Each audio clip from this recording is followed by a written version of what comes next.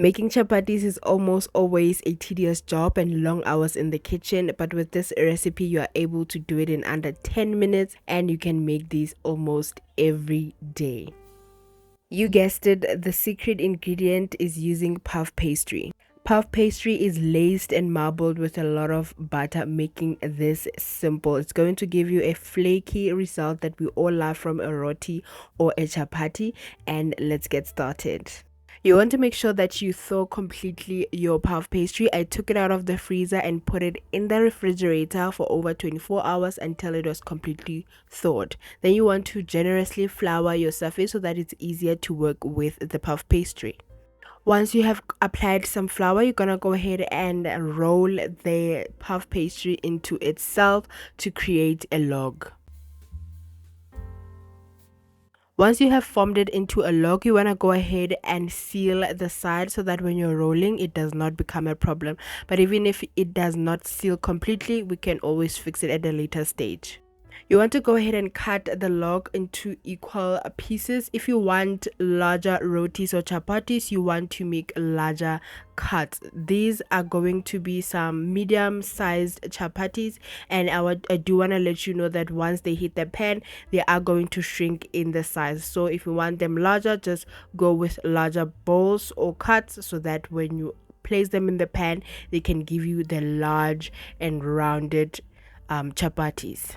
You're gonna take one roll, flatten it down, and if it did not seal by the side, you want to go ahead and seal that, because when you're rolling out, it's going to try and unroll itself. Then you're gonna go ahead and roll it into a disc that is very thin so that the roti can cook in less than 2 minutes on each side.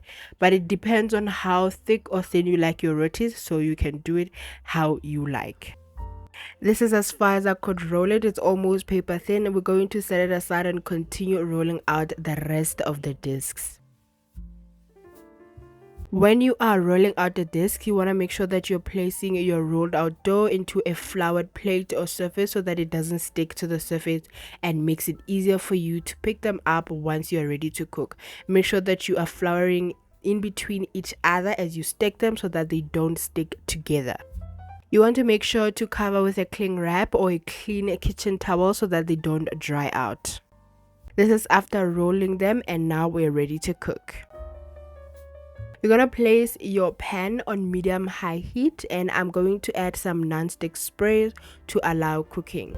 Add it to the pan, and you're gonna go ahead and cook for about 2 to 3 minutes on each side, and you will see that it will react the same as you've mixed the dough from scratch. It will bubble up and show you when it's ready. Once it's done, you're going to flip it over, and look at that. It looks just like homemade roti, and who's gonna know? If you don't tell, who's going to know?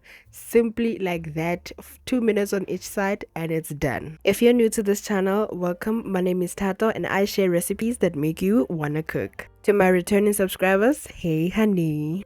As per standard, the dough is flaky. The end result is just amazing. The dough already is flavored, it's nice, it's salty, it's buttery, it's flaky, and it comes together in under 10 minutes.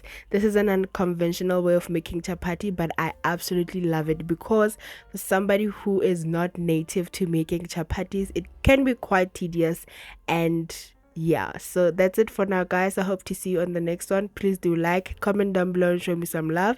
I'll show you back some love, and I'll see you on the next one.